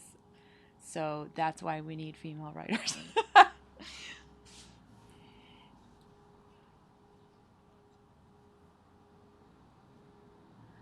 Oh, I just lost you for a sec. Sorry. That's okay. I went quiet. Oh, good. It froze, so I went Yeah. quiet. I was saying with Xena a couple of weeks ago that men are just really weird with women things. Yeah, 100%. Like, they obsessively talk about women's, body, what's the word, like, things our body does. When we're like, we're not weird about it. Why are you so weird about it? Yeah. Like, it's just such a weird, I mean, like, news alert, it's a double standard. Like, it's not breaking news here, but like, I feel like we can hear men talk about how gross their bodies are, and we're like, yeah, totally, that sucks, that's gross. But like, when we try to explain a very natural thing that happens to us, it's like they can't handle it. They're like, what? Like, I don't want to hear that, that's disgusting. And I'm like, you just told Women poo? Yeah, you just told a 20-minute story about how you shit your pants when you were like drunk. Like, how is that how is that not grosser than the fact that my body is releasing hormones every month? Yeah. Like, what? Oh, it's so weird. Man. That's why I always push back on it. I'm like, nope, listen to my period story, deal with it. Because you need to normalize your reactions to periods. Yeah, my partner has never had a weird reaction to anything I've ever said about anything my body has done. That's good. Like, he just is like, okay. That means he's a keeper. That's cool. Yeah, he's just like, alright. I'm not gonna ask because, like, that's your body. That's totally fine if that's what it does. Like, he doesn't want to know any intricate details, which is totally fine. You're like, but here's how a Diva Cup works. Let me show you. Yeah, and he's like, no, thank you. No, I really don't need to see that. I wouldn't want to show him that either. So that's my business. Yeah, that's fair. Diva Cups are like a whole nother level, I think. Oh, my sister uses Diva Cup. She loves it. Yeah, people who use it friggin' love it. I cannot. Yeah. I just can't. I can't. I'm too paranoid. It seems like a lot, and I don't like change. So I'm just gonna. That's me too. Yeah, I'm like, I respect you, Diva Cup. It is a genius invention, and it has helped so many women. But I don't like to change, and I've been using the same brand of tampons since I was like 12 because there's too many brands and it's scary. Yeah. In Australia, we don't actually have that many brands, funnily enough. So it's not super confusing. Oh, okay. Yeah, there's like... Which is nice. So many. And like each brand has like 50 bajillion different types of boxes. And like some are like organic and some are like, I don't know. It's too much. I just couldn't. The one person I wouldn't send to the store to get tampons is my partner. Yeah. Because I'd just end up on FaceTime telling him what he needs to get. He's like asking for a needle somewhere. He's like, I'm pretty sure she injects it. I don't know. Can someone like give me a needle? And you're like, no. No! Go to the demo. Sanitary napkins. That's all you have to get. He comes back with like a diabetes needle. He's like, I found it. Yeah. Is this it? No! But I was reading an interview that Catherine Isabel did. I think it was this year, 20 years after the film, and she was talking about Ginger, and she said that's what she's about. She's about fuck you, fuck the patriarchy, fuck the standard, fuck society, fuck the norm, and to me, that's a hero. And I was just like, yeah, that's what I want to be. Yeah. We should all really take cool. in a little bit of Bridget and Ginger. A little bit of both, I think, is what we need. Yeah, they're really cool. Also, now you get to watch the sequel. Yeah, I'm definitely going to be watching. And the prequel. There's two... Yeah, there's two others, isn't there? Yeah, they filmed the prequel and the sequel, like, back-to-back, and then they released the sequel. Okay. But then they released the prequel straight to, like, video. Yeah, straight to video, because this was back in the day. I love the sequel. Not thrilled with the prequel, but the sequel is outstanding. And like, this movie we finish, and Bridget, I mean, she's still infected, You know, she Yeah. is still infected with her werewolf infection, and there is a needle sitting right next to her that hasn't been used, filled with a cure. And we like, you know, this movie ends and you don't know. Like, it's up to you to Yeah. decide whether she takes that cure and moves on with her life, or she, you know, commits suicide, or she goes full werewolf. We don't know. But then when they Yeah. released the sequel, it was so exciting to learn where these characters go next. Yeah. I'm definitely going to be watching it. So Yeah. I've got to start getting better at watching sequels. So this will make me get in there and get it watched. Yeah. It's great. Cool. I really enjoyed that. Yeah, I'm really glad you suggested that one because I hadn't, like I said, I hadn't watched it. So a lot of my movies have been first time watches lately. So it's been really awesome. That's awesome. Yeah, I think all of Yeah. the ones you've done so far, because I listened to a bunch of them over the past like 2 or 3 weeks or whatever. 2 weeks? Oh wow. Can't remember when you reached out. Um, and I think, yeah, I've seen all of them, but I'm excited to. It's just, yeah, like I really like what you're doing. I Thank just you. love listening to people chat about like either the first movie they've ever seen, or one of their favorite movies, or a movie that deserves more love. Like, it's just, I think Yeah. listening to someone who freaking loves a movie so much talk about it, it's the best way to hear about a movie. Yeah, I think that's why I kind of opened the criteria for like what, because I know there's so many podcasts where people are talking about horror movies. Like, Mm-hmm. I totally get that. But I'd rather talk, instead of having a co host, talk to someone who chooses the movie and then gets me to watch it. Yeah. So I thought I'm watching Ready or Not tomorrow night, so I Love haven't seen that that yet. one. Oh, Yeah. that's another epic ending. So good. I've been meaning to watch it, so I'm really glad when I have someone choose a movie that's been on my list for ages, and I'm like, okay, I'll finally get to watch it now. Yeah, I'll it's finally kind of watch it's it. kind of like you have your own book club, but like Yeah. a movie club, you know, and you get to Yeah. watch like a movie that you haven't seen. Like, it's kind of fun. Yeah, Yeah. it's awesome. And like, even as a horror lover, there's so much I still haven't seen, so it's been really cool Yeah. to finally, get out there and watch more. Yeah. So, before we finish, do you, blah, blah, blah, blah, running my lips in for an idiot. What is the last horror movie that you watched? So I watched a screener that was sent to me, called watch me pronounce this totally wrong. It's Luz, so like Luz, Flower of Okay. Evil. And it was pitched to me by the creator of the film, saying that it was The Witch meets Alice in Wonderland meets the scenery from Sound of Music on an acid trip. So I was like, yeah, Alright. I'm gonna watch that real quick because that sounds amazing. And Send it through. yeah, it's a foreign film. It was all of those things. They described it perfectly. It is very, Wow. very strange. I think you could probably categorize it as like maybe folk horror. Ooh.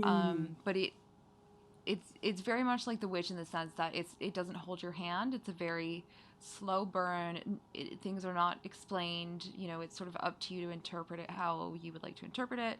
And it is freaking beautiful. Like, it is one of the most beautiful movies I've ever seen in my life. The cinematographer did an insanely good job.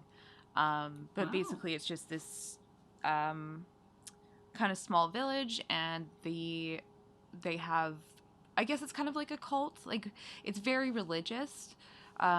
They have sort of a guy that is like their head of the village, and he preaches to them, and he has these three very beautiful daughters, and they're sort of untouchable, you know, but it's not like a violent cult. He's a big believer in God and in Jesus, and you know, the village is kind of trucking along pretty well. But then this child arrives, and he believes that the child is the second coming of Jesus, and that Jesus is in this child. And Uh-oh. basically everything, no pun intended, goes to hell. So, Yeah. yeah, it was Wow. That sounds really incredible. interesting. Yeah, it was really unique and horrifying. There's a bunch of trigger warnings, so look that up before you dive Yeah. in. I feel like kind of a dick because I'm not like, here's how you watch it. Like, I'm not sure how people can watch it right now, but maybe keep an eye out Yeah. for it, because Yeah. I think it's going to be a very, what's the word? Very talked about film. Yeah. Awesome. People are going to have a lot of opinions on it, I think. That sounds so cool. To send us out, can you please tell listeners where they can find you on the internet? Yeah, so If you wanna be check found. out. Yeah, don't find me. I don't want to hear it. I'm a ghost of a 16-year-old girl. So, no, you can check out the website at horrorbound.net for everything. You know, there's spooky reads, and we post short stories that writers like. You know, my team has written that I've written. Lots of short stories, lots of movie reviews, lots of everything. And then on Instagram and Twitter, I am at horrorboundblog. And that's really the only places that I am. So, Great. yeah. Well, thank you so much for taking the time to talk to me about Ginger Snaps. Yeah, thanks for having me. This is awesome. I love your passion for this movie. Yeah, I'm like, do you have 2 more hours? I really need to talk about the symbology of the needle at the end. No. Thank you so much. You're welcome.